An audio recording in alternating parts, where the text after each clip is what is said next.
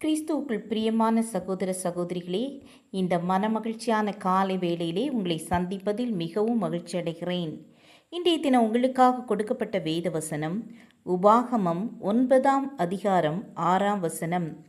ஆகையால் உன் நீதி நிமித்தம் உன் தேவனாகிய கர்த்தர் உனக்கு அந்த நல்ல தேசத்தை சுதந்தரிக்க கொடார் என்பதை அறிய கடவாய், நீ வணங்கா கழுத்துள்ள ஜனம்.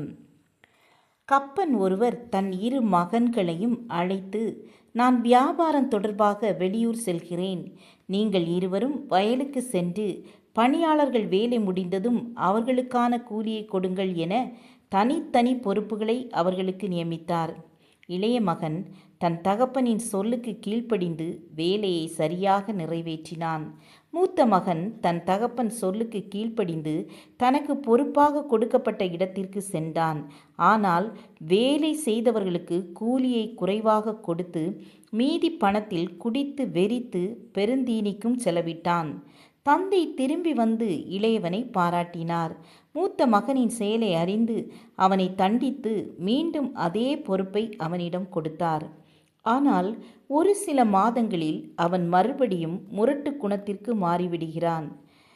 ஆம் என கண்பானவர்களே, இஸ்ரவேலர்கள் இந்த மூத்த மகன் செய்த செயலை போன்றே காணப்பட்டனர்.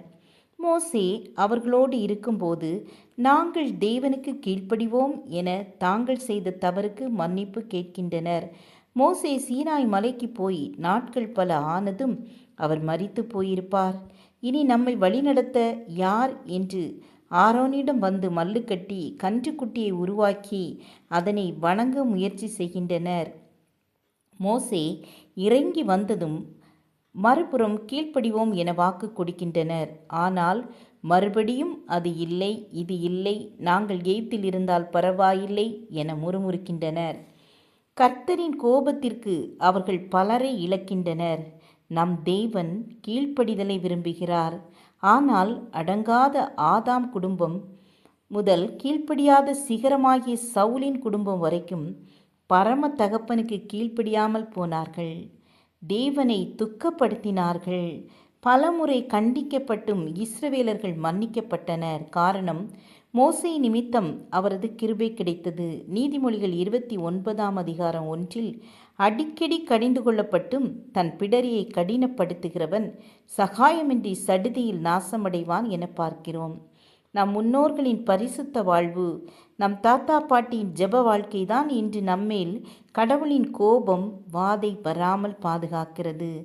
தெய்வ கிருபை நம்மேல் வர ஏதுவாகிறது.